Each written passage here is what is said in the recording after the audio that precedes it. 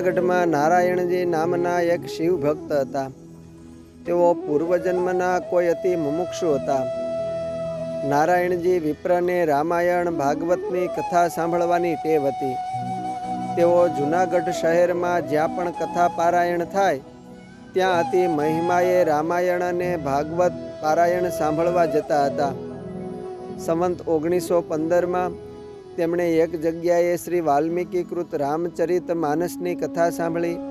તેમાં આવ્યું કે જ્યારે ભગવાનના કોઈ સાચા એકાંતિક ભક્ત પ્રસન્ન થાય ત્યારે ભગવાનની પ્રાપ્તિ થાય છે.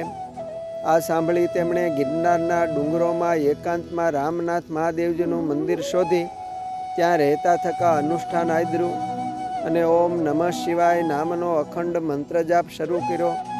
તેઓ મનની વૃત્તિને જોડીને ભજન અનુષ્ઠાનમાં બેસી ગયા.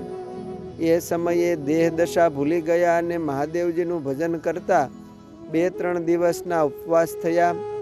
3 દિવસ બાદ ભગવાન શિવજીએ એમને દર્શન દીધા.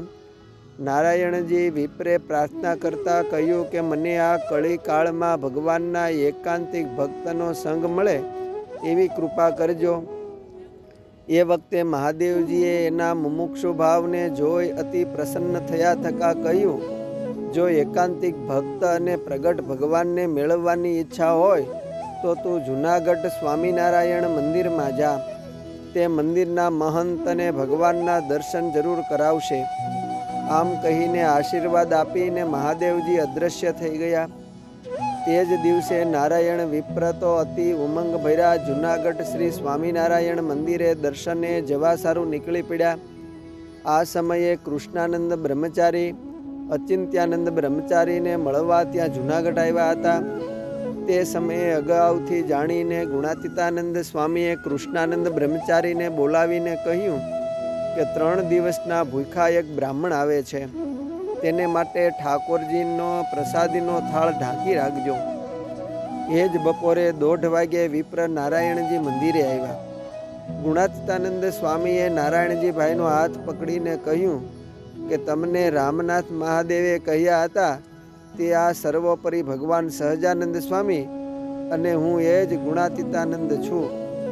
એમ સંકલ્પની વાત જાણીને એમના મનનો સંકલ્પ અને મહાદેવજીએ મોકલ્યા છે એ વાત કરી.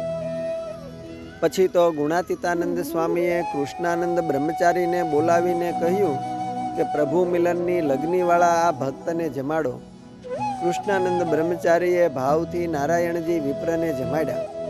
નારાયણજીભાઈ થોડા દિવસ ત્યાં મંદિરમાં સ્વામી પાસે રોકાઈને વર્તમાન ધારણ કરી સત્સંગી થયા ને પોતે સત્સંગમાં રહીને સ્વામીના યોગે અક્ષરધામના અધિકારી બન્યા.